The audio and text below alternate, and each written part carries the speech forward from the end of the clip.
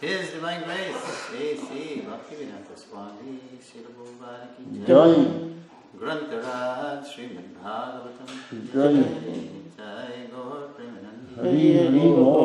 All glories to the assembly. All glories to the assembly. All glories to the assembly. All glories to Sri Guru.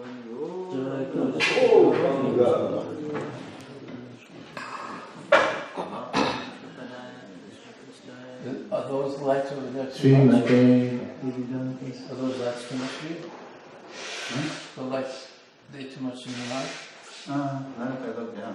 Okay. Gaura Bhai Pachari, Yurtishisha Shunyavadi, Pashyata Vishwakari.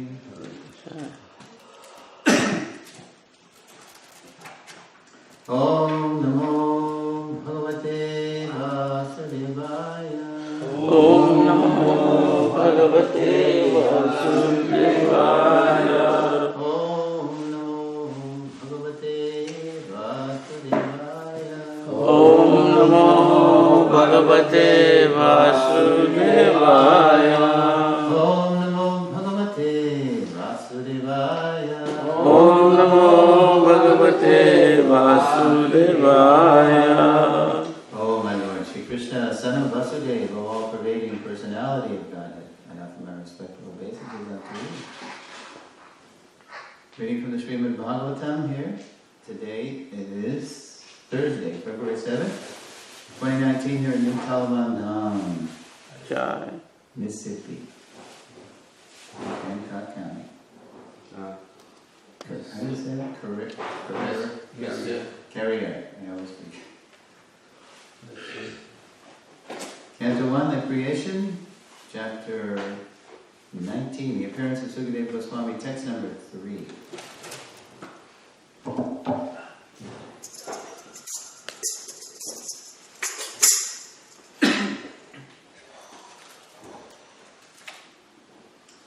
Adhyaya Rajam Valamriddhakosham. Rajam Balamriddhakosham. Adhyaya Rajam Valamriddhakosham. Adhyaya Rajam Balamriddhakosham. Prakopita Brahma Kulanalome. Prakopita Brahma Kulanalome. Prakopita Brahma Kulanalome. Prakopita Brahma Kulanalome. Dahatva Bhadrasya Punaname Bhut. Dahatva Bhadrasya Punaname Bhut. Dahatva Bhadrasya Punaname Bhut. Dahatva Bhadrasya Punaname Bhut. Bhapiya Siddhir Dvijadeva Gobhyaha. Papiya Siddhir Dvijadeva Gobhyaha. Bhapiya Siddhir Dvijadeva Gobhyaha. Papiya Siddhir Dvijadeva Gobhyaha.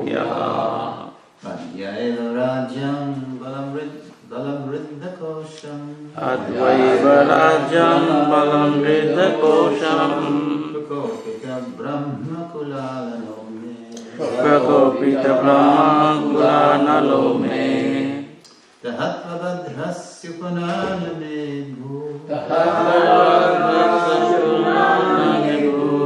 Papiya Siddhir Vijadeva Gobhyaha Papiya Siddhir Vijadeva Gobhyaha Ajaivarajam Balamriddhakosham Adaivarajam Balamriddhakosham Prakopita Brahma Kulanalome Prakopita Brahma Kulanalome Tahatvabhadrasya Punaname Bhu Tahatvabhadrasya Punaname Bhu Papiya Siddhir Vijadeva Gobhyaha Papiya Siddhir Vijadeva Gobhyaha Ajaivarajam Balamriddhakosham Adaivarajam Balamriddhakosham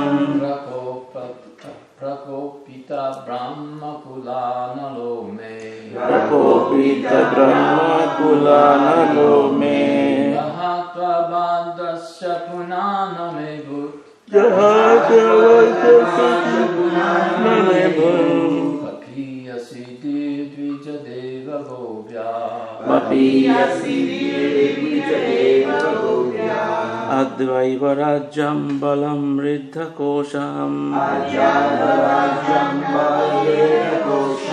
Prakopita Brahma Kulanalome Dahatavadasya Punarname Bhut Papiya Siddhir Vijadeva Gobhyaha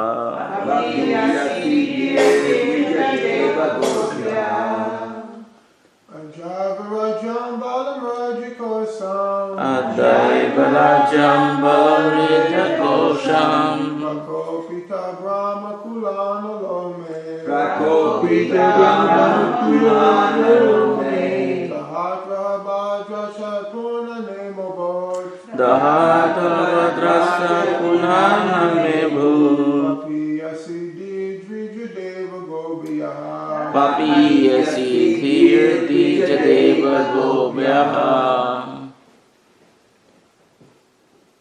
Ladies?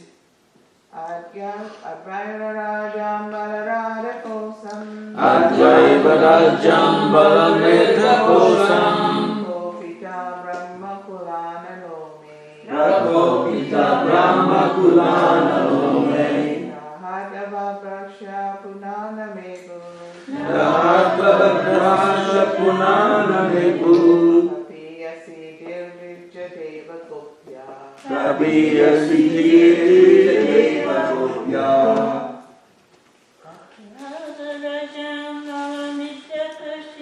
Advaivarajam Balamriddhakosham Prakopita Brahma Kulanalome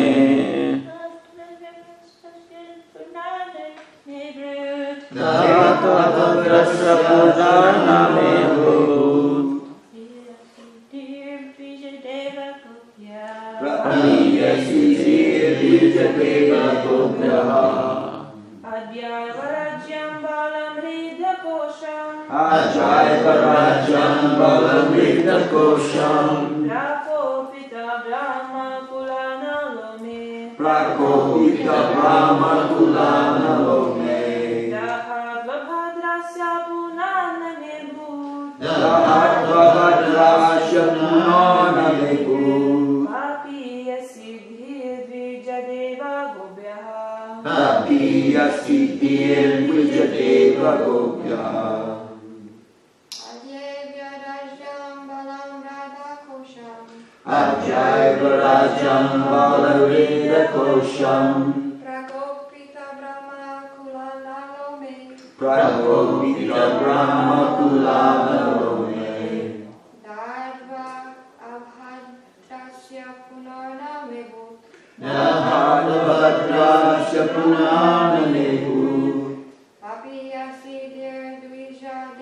Gopaya. Papiya Siddhir Vijadeva Gopya. Word for word. Adya. Adya. This day. This day. Eva. Eva. On the very. Rajam. Kingdom. Balam Vridha.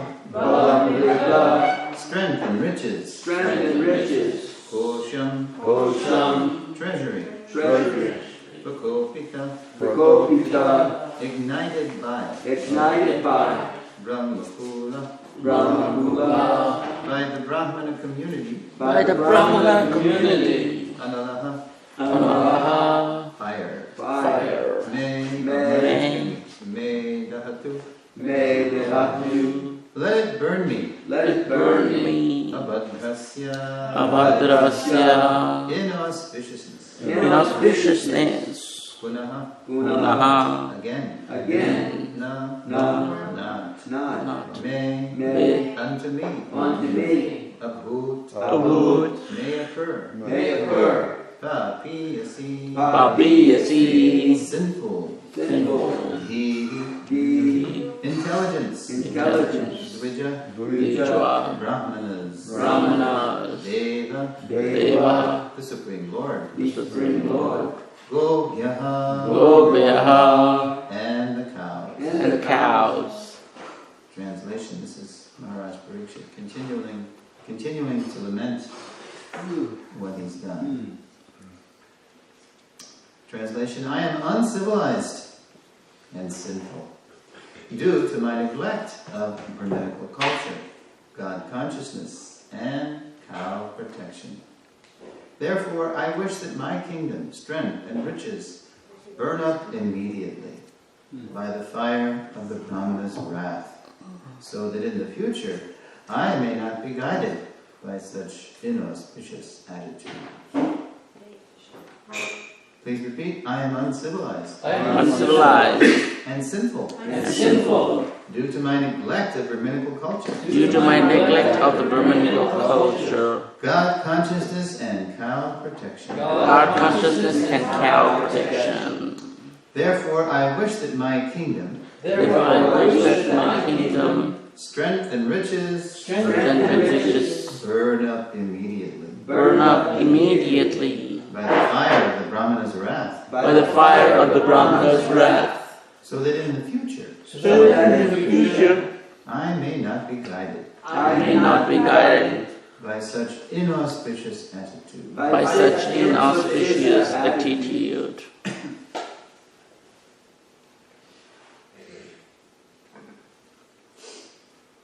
Srila Prabhupada's purport. Progressive human civilization is based on Brahmanical culture, God consciousness, and protection of cows. All economic development of the state by trade, commerce, agriculture, and industries must be fully utilized in relation to the above principles.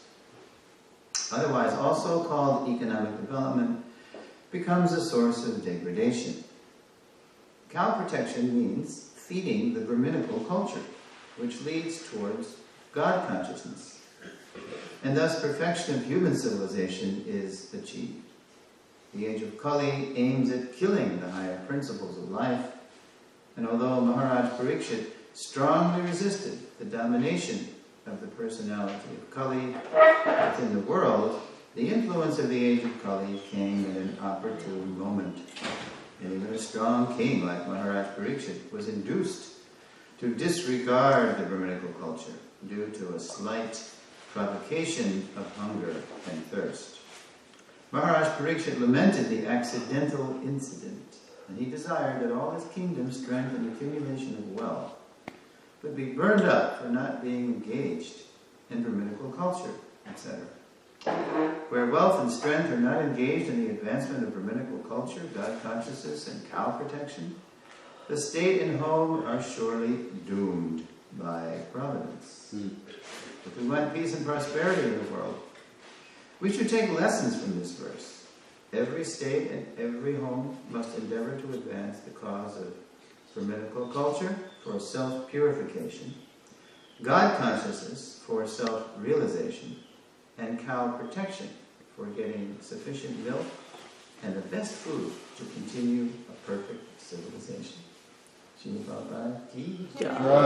Om Jnana Timirandasya Jnana Shalakaya Chakshushrimitam Jena Tasmai Shri Gurave Namaha. I was born in the darkest ignorance, and my spiritual master is opening my eyes with the torch of knowledge. I offer my respectful obeisances unto him. So the first thing that stands out to me is the character of Maharaj Parikshit. And he didn't do anything really, as Gokul was pointing out yesterday. What was it? What was his so-called offense? He just put a dead snake around the sage, and of course that's really out of character. I mean, it's not nice to drape anybody with a dead snake, but yeah, cursed to death. That's pretty over the top. But as soon as Parikshit Maharaj realized the consequence, he embraced it. He didn't run away from it. And that's a real devotee, embracing whatever Krishna sends. Tate nukampam susamikshimano, Bunjana eva akritam vipakam Ridva vapurbhir vididham namaste Jivityo mukti pade sadayabha. Lord Brahma's 8th prayer in the 10th canto. 10.14.8. I think this came up last time I was here, but that was just before Prabhupada. He left after translating 10.13, and then he dictated the summary to 14, and then he left. So it was just a few verses shy of coming to 10.14.8. And it's such an important verse that Prabhupada did comment on it in Nectar of Devotion, page 91, under Expecting the Lord's Mercy. He said this should be the guide of life. Because the verse says, my dear Lord, you got Nectar of Devotion here? Nope. No, but we got Bhagavatam. No, but it's not in the Bhagavatam, it's in the Nectar of Devotion. Oh, you got it, I see. Not in Continuation, yeah. translation. Okay, and I believe Ridananda Maharaj he pretty much just... Quoted from the Nectar of Devotion. Oh, there's the Nectar of Devotion. Yeah, he pretty much did that whenever there was a verse that Prabhupada had already translated. He just naturally deferred to Srila Prabhupada. So, yeah, luckily Prabhupada, when he translated NOD in 1970, gave a summary study. Verse number 10? It's 8, 1014, 8. On page 91 in Nectar Devotion, he gave a purport to that verse, expecting the Lord's mercy. In the 10th canto, 14th chapter, verse 8, it is said, quote, my dear Lord, any person who is constantly awaiting your causeless mercy to be bestowed upon him, and who goes on suffering the resultant actions of his past misdeeds, offering you respectful obeisances from the core of his heart, is surely eligible to become liberated, for it has become his rightful claim. Why? Because the attitude is gratitude, and that's the attitude that gets us back to Godhead, and Prabhupada elaborates on that. This statement of Srimad Bhagavatam should be the guide of all devotees. You see how important this verse is? This should be our attitude, the guide, how we should respond to life. A devotee should not expect immediate relief from the reactions of his past misdeeds. No conditioned soul is free from such reactionary experiences, because material existence means continued suffering or enjoying of past activities. If one has finished his material activities, then there is no more birth. This is possible only when one begins Krishna conscious activities, because such activities do not produce reaction, in other words, material reaction. Therefore, as soon as one becomes perfect in Krishna conscious activities, he is not going to take birth again in this material world. A devotee who is not perfectly freed from the resultant actions because, as Prabhupada said, it's like the fan is still turning, right? Even though you've unplugged it. So as soon as we take initiation, really commit to the path home, then the fan is unplugged. But the blades are still turning. So due to the momentum of our past karma, we're still getting some residual karma perfectly customized by Krishna to teach us a lesson to come home. So Prabhupada said, if you cut your finger, you should think your head was due to be cut off. But you're just getting a little token reaction, and even that token reaction is perfectly put there by Krishna just to teach us something so we can become more Krishna conscious. A devotee who is not perfectly free from the resultant actions should therefore continue to act in Krishna consciousness seriously, even though there may be so many impediments. When such impediments arise, it should simply think of Krishna and expect his mercy, knowing that Krishna is personally handling whatever residual karma I have. Right? It's not just some unknown quantity. When such impediments arise, it should simply think of Krishna and expect his mercy. That is the only solace, the only comfort. If the devotee passes his days in that spirit, it is certain that he is going to be promoted to the abode of the Lord. Yeah, it's certain. So that's the attitude that Krishna is attracted by. By such activities, he earns his claim to enter into the kingdom of God. The exact word used in this verse is, so Brahma uses this analogy of inheriting property, is Daya Bhak. Daya Bhak refers to a son's becoming the lawful inheritor of the property of the father. In a similar way, a pure devotee who is prepared to undergo all kinds of tribulations in executing Krishna conscious duties becomes lawfully qualified to enter into the transcendental abode. So it's all worth it. It's whatever difficulty we experience in the course of practicing Krishna consciousness, it's not in vain. It's all a labor of love undertaken in the spirit of gratitude, and Krishna really appreciates that. Yeah.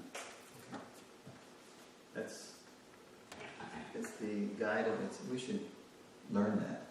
Whenever something happens that appears to be really heavy, or it's all the Lord's mercy, whatever it is. But if it's especially mortifying, then I immediately Tate Kampa. Oh Krishna. Okay, so the character of Parikshit Maharaj. I am uncivilized. That's how he thinks. He really thinks like that. And sinful, due to my neglect of Brahminical culture. So what's Brahminical culture? Anybody know the qualities of the Brahman verse? Gita? Shamo. Peacefulness. Self-control. Peaceful. That's it. Each one of these qualities is actually so rare in this age of distraction and quarrel and hypocrisy. Peacefulness, self-control, austerity. Ooh, the A word. Who wants to practice austerity, right?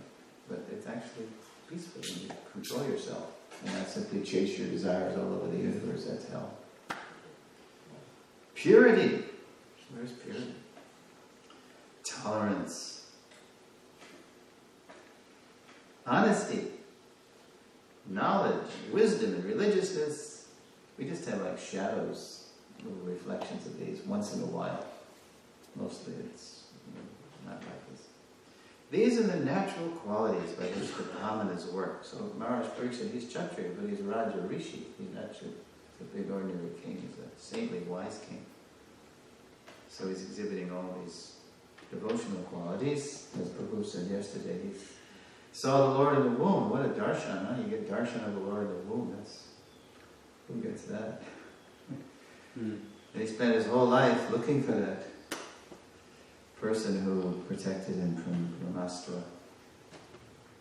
And due to my neglect of Brahminical culture, God consciousness and sinful, due to my neglect of Brahminical culture, God consciousness and cow protection. So that, let's see, that's the Sanskrit line here. Let's figure. Anyway, that becomes the main theme of the purport, that line in the translation. Due to my neglect of Brahminical culture, God consciousness and cow protection are famous. The last line of the purport is, this whole verse and purport are pretty famous. So Prabhupada writes, if we want peace and prosperity in the world, we should take lessons from this verse. Every state and every home must endeavor to advance the cause of Brahminical culture for self-purification, God consciousness for self-realization, and cow protection for getting sufficient milk and the best food to continue a perfect civilization.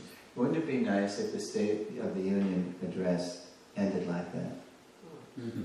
Folks out there in TV land, if we want peace and prosperity in the world, and then, Brahminical culture, God consciousness, and cow protection. When the State of the Union address ends like that, we know we're going places, right? Maybe next time. Maybe Tulsi Gabbard will prevail. Anyway, right.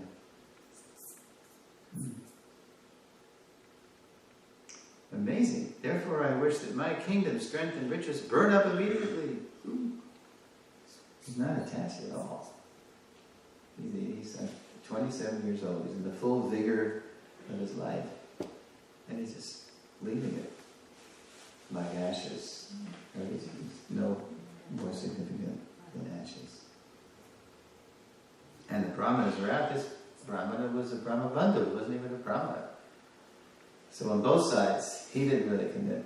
And another purport Prabhupada does write, of course it's the will of the Lord. Parikshit Maharaj is a pure devotee of the Lord. He wouldn't get so worked up over this slight of not responding to a king. But it was the Lord's will to usher in the age of Kali. And and then the kid, he just misuses his Brahma Tejas and does this thing. So it's just the will of providence. And Prabhupada mentions this word providence again. What does it say? Yes. Where wealth and strength are not engaged in the advancement of Brahminical culture, God consciousness and cow protection, the state and home are surely doomed by providence. What does providence mean? What a capital? God. God. Yeah, Daiva. Daiva Chaiva Prapanchanam.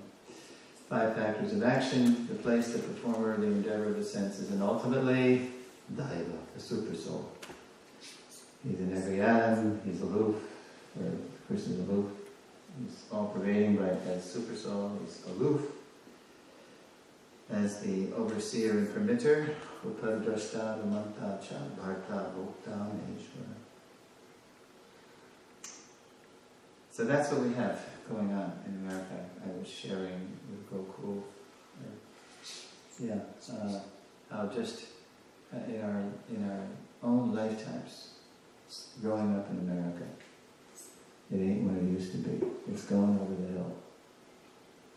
But Prabhupada, why is it so wealthy and prosperous and powerful? It's indulging in all this sinful activity. So many abortions, so much cow slaughter, so much raping of the earth for oil, and just fouling everything up, the elements, the water, the earth, the air.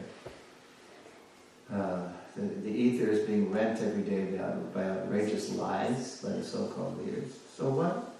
Why is America so prosperous? Prabhupada's 2-word answer: just wait.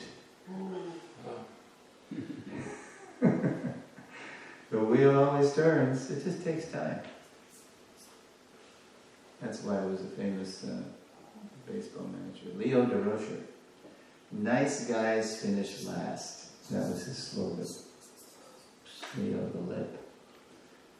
Yeah. So because that was his experience. If you just try to be nice and good and play by the rules, you're going to lose because the cheaters win. But that's a very short vision. Nobody gets away with anything. You haven't noticed, in case you haven't noticed. As Prabhupada writes, in the land, in the States, people might commit a crime and get away with it, appear to get away with it. But in the supreme state of the Lord, the law of karma is very, very strict. Everybody has to pay the piper, face the music, get their comeuppance. So okay. I use this phrase right in the topic sentence of the purport. I use it right in my Pramavacharya series in the Varnashram lesson as an example of how disconnected we are in the modern age from from life, from real life. Progressive human civilization is based on Brahminical culture, God consciousness, and protection of cows. That's like a big to the modern mind, right? Mm-hmm. Brahminical, maybe you even heard of Brahminical culture. What's that? Right? Brahminical culture. So what we just read the verse. So what is Brahminical culture? What are the qualities again? Can you remember any of them? Peaceful, tolerance, honesty, Yeah. Religiousness. austerity. But it's so much more peaceful being master of your senses than being a slave of the senses.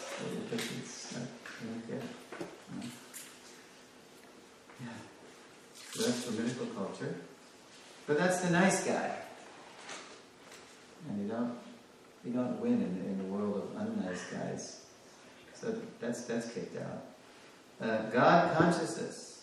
But when Prabhupada came, he said to Stephen Goldsmith, who was helping him incorporate this new religious nonprofit, the name is International Society for Krishna Consciousness.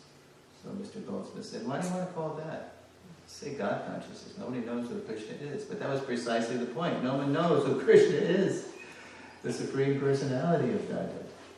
And what his total plan is for the individuals and the society. Krishna knows that. And cow protection. There's the ultimate head scratcher, right? For the materialists. Come on. They're just things. It's built right into their religion.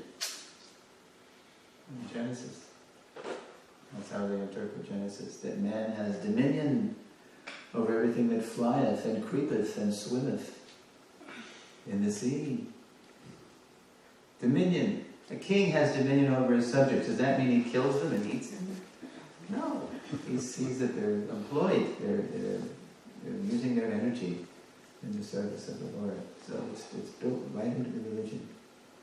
Animals have no soul, and therefore they're for us to do what we want with them. What can be said? Even the Shastra, the Kali Yuga, is justifying that. Whether it's Old Testament, New Testament, Quran. It's their theology. It's their ideology. See? But Isaiah 66:1, what does it say? No. He that sleweth an ox is as if he sleweth a man. Yeah, well, after the flood, we remember so many right comebacks. But sorry. That's why it's called Mleccha Shastra. It's not eternal Shastra. It's for some, even in Vedic religion, there's some provision for slaughtering an animal. We know Prabhupada said, you go at midnight outside the town or the village, you whisper in the goat's ear what? I'll kill you now so that you can kill me in the next life. Yeah, Mom, so, as I am doing, you can do to me. Is that a very intelligent thing? Preparing just for the satisfaction of the tongue. And it's always a lower animal too, some goat or something. It isn't like cows. If you don't believe in transmigration, then it's no problem. That's true. Yeah. Yeah, but in Vedic religion, there's that sense that the Atma is different from the changing body. So it really is goofy.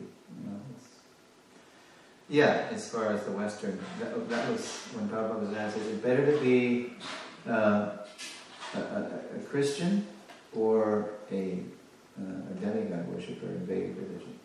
He said it's better to be in Vedic fold because if you just follow your Ishta Devata in that path, you will gradually rise to the modes of nature. But most people who call themselves Christian, Jewish, Islam, they don't even follow their own Shastra.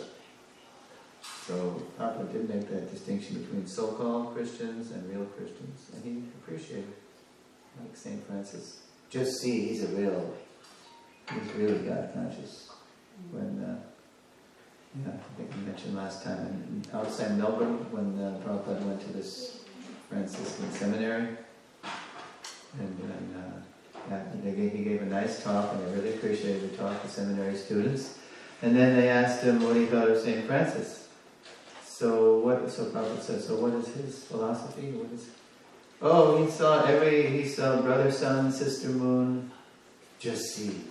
That's real God consciousness. Because Yog Mam Pasati Sarvatra, one who sees me everywhere and sees everything in me is never lost, nor I ever lost, he's never lost me. Okay, so similarly, Maharaj Parikshit is on that level, and he's just not disturbed. Giving it all up. So we have to exorcise our inner Kali and imbibe Parikshit Maharaj's character. We're going places. Okay, time for questions. Again, you're running at the booth. No. Oh, you did it again. That's your 8:15 stretch. Yeah. Okay. Well, I think I'm done here, so... Yes? Wikipedia says that St. Francis was not vegetarian. Yeah, I heard that. But, I've tried very seriously to look this up, and I don't know if this is just something made up, like the words changed in the Bible, but by everything I've been able to find, they say he wasn't vegetarian. It's so hard for me I to believe that. I can't believe that. With the way his attitude toward everybody. I mean, they changed "Thou shalt not kill" to "Thou shalt not murder." Yeah. Right, they've changed that now. So thou shalt not murder. Yeah. They say it was a mistranslation years ago that it always should have been thou shalt not murder. But God can just want. I was doing research during in the Calvary Trust Party, and murder is actually defined in many state laws as to take the life of any animate being, human, cow, horse. Well, that was 40, 50 years ago, so it's probably devolved since then, in those laws. I think it may even be in Webster's that way. Look it up. Merriam-Webster. From Chicopee, Mass., the final arbiter on word meanings. It's all still speculative. I have it here, but anyway, anybody have any questions or comments? Yes.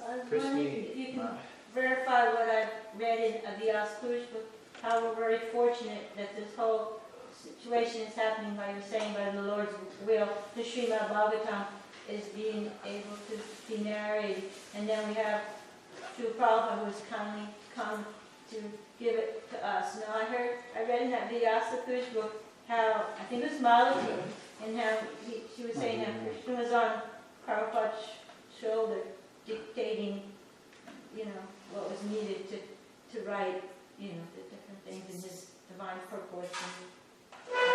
Did you ever have Well, that? I mean, I read it in that book, but I'm just saying. Which one? The Tributes book or the Vyasa book? The ISKCON book, I don't know.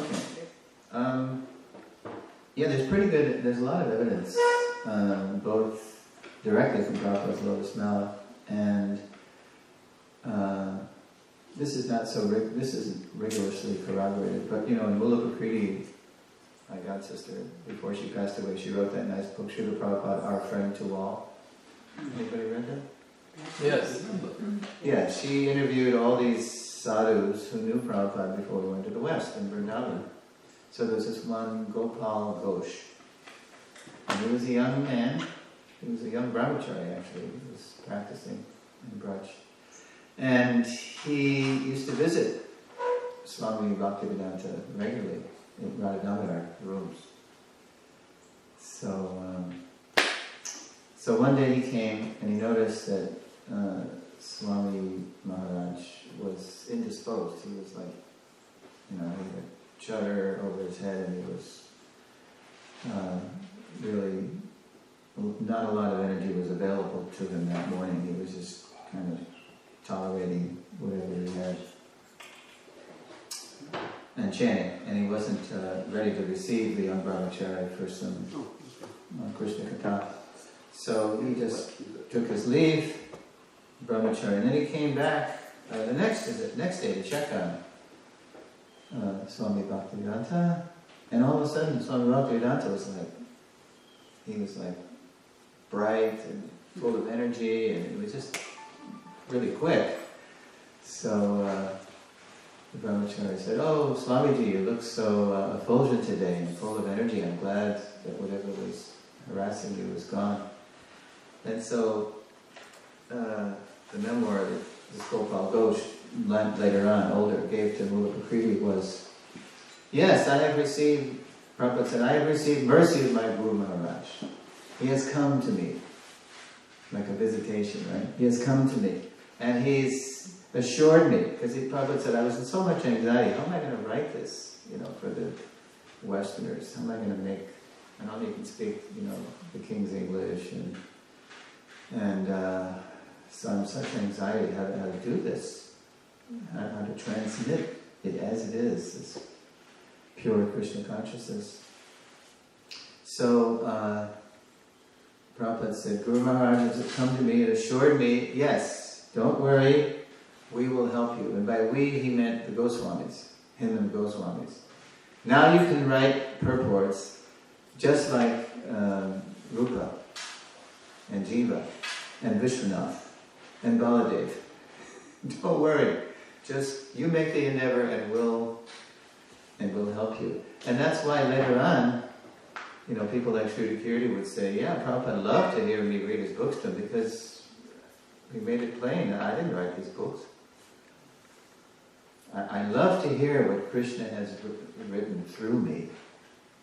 Yeah, that's why I was such a fan of his own books, not out of vanity, but he was relishing what was dictated through him. He was a totally transparent, surrendered vessel for Prabhupada, for Bhaktisiddhanta and the Goswamis to work through him. And then there's the story from Harishari, where when Harishari came on as the personal servant, he was told by Harikesh Maharaj at the time that this is the fall of 75, that Prabhupada had told, or that he had heard, Harikesh said he had heard, not directly from Prabhupada, that when Prabhupada was living in Radha temple, that Rupa Goswami came to him. So Harishari was like, "Wow, if I ever get a chance, I'm going to ask Prabhupada about that." But it's such an intimate thing, esoteric, intimate thing, that he knew he couldn't just pop that question out of the blue. He had to wait for the right moment. And Harishari Prabhu has had this relationship with Prabhupada that Prabhupada felt very relaxed around him and used to reminisce a lot about the pre-USA days, about the India days, and Radha Damodar and the God Brothers and everything that happened, So the opportunity came. They were at the manor, and in Prabhupada's room, not the I don't know, it probably wasn't darshan, Prabhupada's bedroom, and Prabhupada was reminiscing, and Harishari didn't have the tape recorder on for this. He made it like just a private thing, so maybe Prabhupada would open up even more. And so And so he popped the question, because Prabhupada was talking about how it was living in Radha Damodar. Very simple, very sweet Vrindavan atmosphere. And so Hari Shari thought, now's my chance. So, Prabhupada's being very expansive, effusive, just saying. So all of a sudden Hari Shari says, Srila Prabhupada, I heard that while you were living at Radha Damodar temple, that you had a visitation from Srila Rupa Goswami. And as soon as he said that, Prabhupada, he kind of withdrew his expansive mood. He got very quiet and internal. And he just brushed, he said, oh, everyone knows that. He just brushed it off. He didn't deny it. He kind of confirmed it, but he didn't want to talk about it. Because it's very intimate between him and Sri Rupa. So there's a similar story. Yes. Where Sri Rubinath, wasn't the devotee from England? England, yeah. He tells him when Prabhupada was staying in London, or a place, he had a regular practice of after he gave the class, he would listen to it. He would listen to his tape recorder. Yeah. And everybody's like, wow, what's this? And then finally one devotee just said, Prabhupada, why are you listening to your own class? He said, I want to hear what I said. Because Super Soul was speaking through me. I wasn't sure, I'm not sure I don't remember what it's, something to that effect. Wow. But there was also this one tape talking about Harisari and his expertise in dealing with Srila Prabhupada and extracting things from him. It's Harisari and Tamal Krishna, and I believe they're in Los Angeles. Yes, they are in Los Angeles. And he's very carefully asking about the trip across the ocean. Have you heard that one? No. So he's asking, and he's yes, I have a heart attack. So there was a dream of Srila Prabhupada, because there's long moments of silence. So Prabhupada too. And then Tamal feeds a little bit too. And there was a dream of Srila Prabhupada. Very softly. And just this point, all of a sudden, Radha Vallabha walks in and interrupts with Kirti Raj's gift, and I'm going, no, they had it. Anyway, the gift comes, and then he finishes, and then it settles down. And he says, so Prabhupada, what was that dream? There was a silence, and then, did Krishna come, Prabhupada?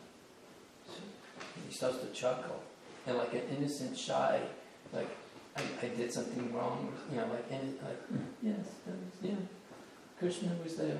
All the incarnations of Krishna rowing the boat. And it's pure nectar. We all owe a tremendous debt to Harisari, and with Tamal Krishna's help, the way he extracted this from him, because you could tell he didn't want to say it. He must have said it previously because they knew that he got it out of him. It was so sweet. Yeah. Tamal Krishna Maharaj also in that last year, when the opportunity came, he would draw things out of Srila Prabhupada. And Prabhupada was more willing then because it was right near the end and he was in the mood of Uttamadikari, just being grateful for everybody and reciprocating very intimately with them. So, Okay. What were the three things that Brahminical culture, protection, and what was God consciousness. Brahminical culture for self-purification, God consciousness for self-realization, and cow protection for getting sufficient milk and the best food to continue a perfect civilization. Liquid religion, if it's as it is, milk as it is. Yes, John. Vijay is fond of telling the story that when, maybe Mahalakshmi can help me, when Prabhupada was here and they were taking a walk out on the road, the first sign that was up said, Wait a minute, we got a little compete, hang on. Oop. Sorry. The first sign that was up said Brahminical culture, New Talavana, Brahminical culture, God consciousness, power projection. And when Prabhupada saw that sign, he stopped and was very intent on taking that in. And then he said like that, Brahminical culture, God consciousness, cow protection. They will say like that. What is this? Like completely like from a different planet. Yeah. And I can't say it the way Prabhu just says it because he claims that Prabhupada was trying to imitate like a southern accent. No. Isn't it Mahalakshmi?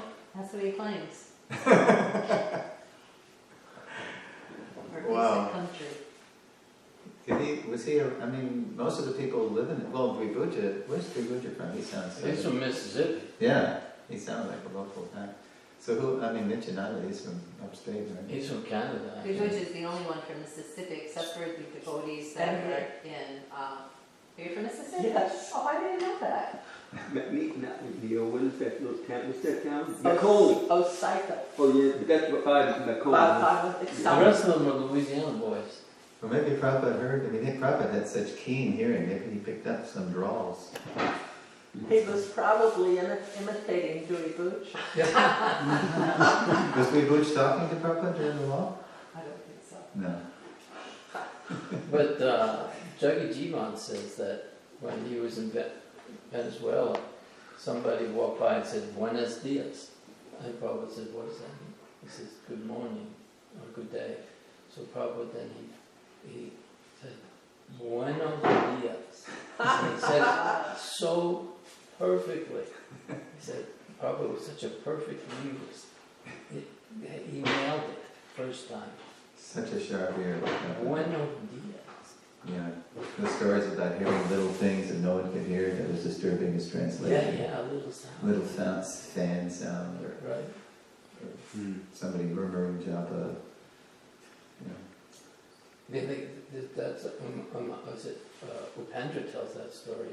It was just this tiny little sound from a heater or a vent, and they were searching everywhere. They finally realized what it was. It was disturbing you. Aye. Okay, thanks for letting me come back before we go to India. Oh, I'm going to do class tomorrow, right? Or what's the deal? Yeah? Yeah, sure. Okay. Did I just blow it? I wanted to hear it. Yeah, it's mercy being able to come back and messed up before the big spring across halfway around the world. Over the pond. Not two ponds. Two ponds. So then on the way back, you'll come back with stories of... That's right. I'm going to land back in New Orleans on Saturday, March 9th. I just looked at that. 4:43, late in the afternoon. And I'll be here at 12, Tuesday. So yeah, because I wanted to come back to Tucson in one piece. So here I'll just get put back together. So what month? That's March you're coming back? March 9th, yeah. Like a month in 2 days. So. Yeah, he was talking about God consciousness and mental qualities and cow protection. Did he mention anything about farming?